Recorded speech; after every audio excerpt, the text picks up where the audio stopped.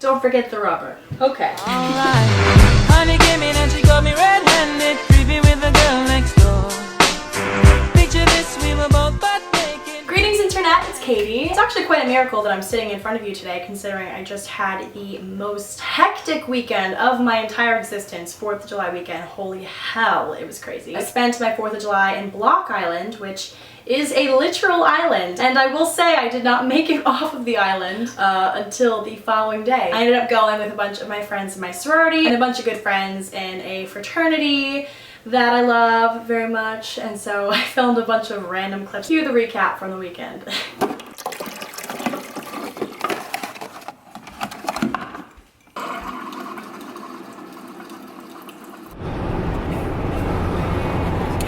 Dad, where am I going? Block Island. I'm going to Rhode Island for the 4th of July holiday. So I'm so excited.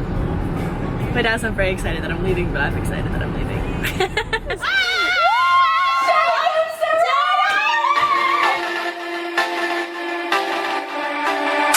And I lose all my energy, and I cry, but I feel so free now.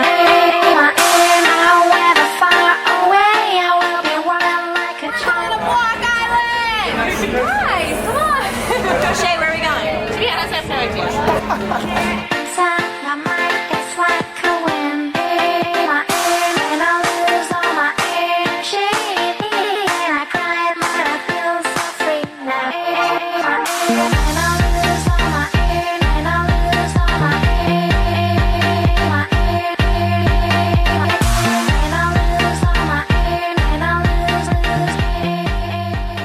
So there you have it, crazy weekend. Made it back, and I'm actually leaving for Los Angeles tomorrow. I'm not sure when you guys are going to actually see this video in the flesh, but I do apologize if you guys were looking forward to a beauty or a fashion video this time around. I'm kind of really just continuing the conversation from my last video. A lot of you guys actually said that last video was too short at 9 minutes, but if it's ever over 10, it's too long.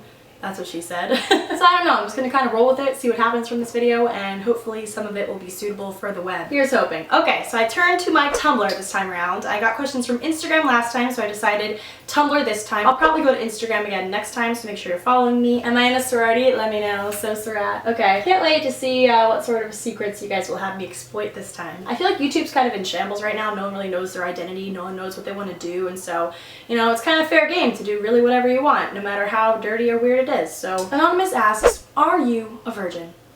Well, if you guys saw my last video, you guys would know the answer to that one. No, I am not. That kind of adequately answers that question. I feel like if I was going to explain my losing virginity story, that would have to be a whole video, so let me know if you guys want to see that. Totally be down to talk about it, but I feel like it's just such a elaborate story because I did wait a long time. The way I see it though, it's all about when you're ready, so I guess I can't really say it was late in the game that I lost my virginity, because like that's my own perception of late in the game. Like late in the game for you could be like 38 or 16, but for me it was 18. Anonymous asks, best sex advice in 5 words. Not gonna lie, I thought this one over while I was waiting in line to buy the new Jaclyn Hill Becca palette. I was obsessed with it. I had to go to 3 different Sephoras to find it, and by the time I found it, I thought of an answer to this question. Tell them what you like / want. Tell them what you like. Yeah, we'll stick with that. Tell them what you like. Perfect, simple, easy. Not gonna lie, I have endured hookups where I'm just kind of laying there, dead fish in it, and I'm just like, this does not feel great. I'm not a fan of this. Present me wants to go strangle that past tense Katie and be like, what the heck, girlfriend? Like, come on. Okay. Presumably, of course, if you are going into a hookup, I would assume that you want something good out of it, aka pleasure, or a relationship, or just a jolly good time. Why would you just lay there, or whatever position you're in, thinking, holy shit, this is bad? Like, you have to tell the guy what you like, because plain and simple, you're not going to get what you want out of it if you don't tell him what you like, because every girl is different. Everyone has those weird things that just get them going. I love where this conversation is going. Everyone has those weird, like, fetishes, I guess you can call it. I hate the word fetish. It always reminds me of like the people that are obsessed with feet on the internet. If you want something good out of a hookup, you have to just be communicative. You need to tell the guy what you like, and it'll make the process better for both of you. The worst kind of hookup is when you don't, you don't speak at all, you don't say anything. Both in terms of reacting to what's happening and just communicating how things are feeling. Like, the worst thing is just being in pain, which you can be, it's possible, and not saying anything. I think it's very important to ask the guy if what you're doing to him feels good too. I think it's just kind of that mutual hookup respect thing, you know? And there you go, happy times. Also, don't forget the rubber. Okay. Very happy this question was submitted. I think a lot of you guys are probably wondering this yourself. When did you decide that you were mature enough to have sex, and with who, and all those things? I might have touched on this in my last video and at the beginning of this video. There is no set in stone age or time or feeling or any sort of set in stone variable that determines if you're ready for sex. I mean, this is obviously a personal response to this. Like, everyone has their own idea of when is right and, you know, with who and whatever. When I personally was starting out in the game and was a virgin, I got this feeling. Obviously, you don't have to get a feeling. You can literally just go out and hook up with whoever you want to your heart's desire. I got a feeling. I had been hooking up with this guy for quite some time. It had been a few months, actually. Yeah, a few months, and we both expressed, you know, interest in each other, that we really liked each other. You know, it kind of, to be honest, I kind of hyped it up a lot in my mind. He never pressured me, which was amazing. It's not that hard to tell when a girl doesn't want something to happen, you know? And all it takes is asking, like, hey, is this okay? Sort of thing. Okay, that was kind of a tangent. But anyway, the guy that I was hooking up with at the time didn't pressure me, was very kind about everything, was like, it's okay, we can wait for whenever you're ready, sort of thing. Love it when your mom interrupts you when you're talking about sex. Great. Something in me just kind of felt ready one day, and I was like, you know what, I'm ready. As I mentioned on my blog, if you guys follow me on my blog, totally check it out. Just posted a new post a few days ago, but I mentioned on my blog that it wasn't all that I thought it was going to be. And you know, that can be taken as positive or negative. I meant it as being very neutral. You know, you have all these expectations, these fireworks and sunshines and rainbows and stuff, and like that definitely wasn't really what it was. We talk, we're really good friends, like we still talk all the time. You might even know who he is based on my social media. Not sure if that part will go in.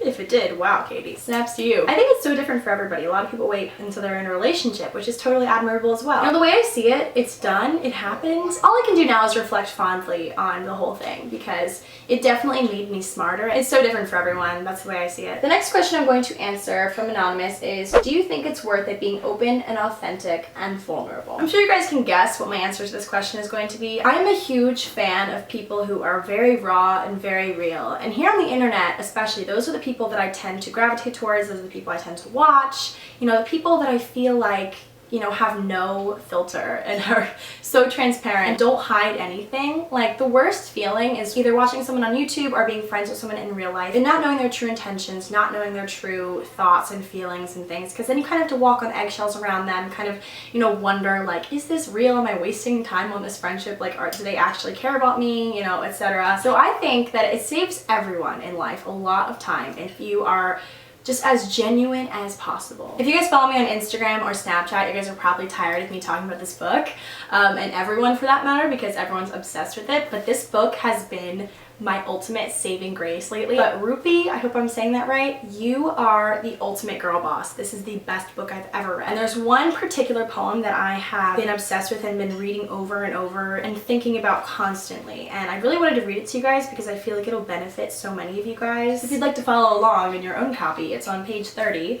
And I have it dog-eared because I'm literally so obsessed with it. You told me to quiet down because my opinions make me less beautiful. But I was not made with a fire in my belly so I could be put out. I was not made with a lightness on my tongue so I could be easy to swallow. I was made heavy, half blade and half silk, difficult to forget and not easy for the mind to follow. Moral of this story, and this is a very random thing to add to a Q&A video. It's my channel, I make the rules, but I read that particular poem and the first thing I thought was, holy shit. You know those works of literature, either poems or books or magazine articles that somehow leap out of the page and slap you across the face? This is so relevant to me. That is what I felt like when I read that passage, and that poem alone defines the new mantra for my channel. I'm not going to keep quiet about the things that I'm passionate about, and I don't think you should either. Be kind of outrageous, be a little bit crazy if you have to, because why would you sit down if everything in your being is telling you to stand up? That's what I felt lately, and whenever I face criticism, whenever I read the comments where people are like, Katie, this is ridiculous, who are you becoming, what is this, you know, this isn't you sort of thing. I read this poem and I realize,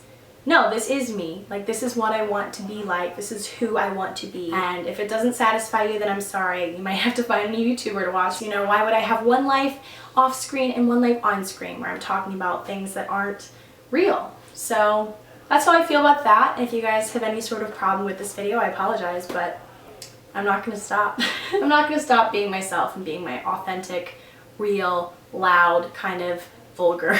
So yeah, that's it for this video. Hope you all enjoyed. And if you guys have any questions, definitely shoot them into my Tumblr messages box. You can submit them anonymously so I won't read your username or anything, and I'll respond to a bunch of them on there.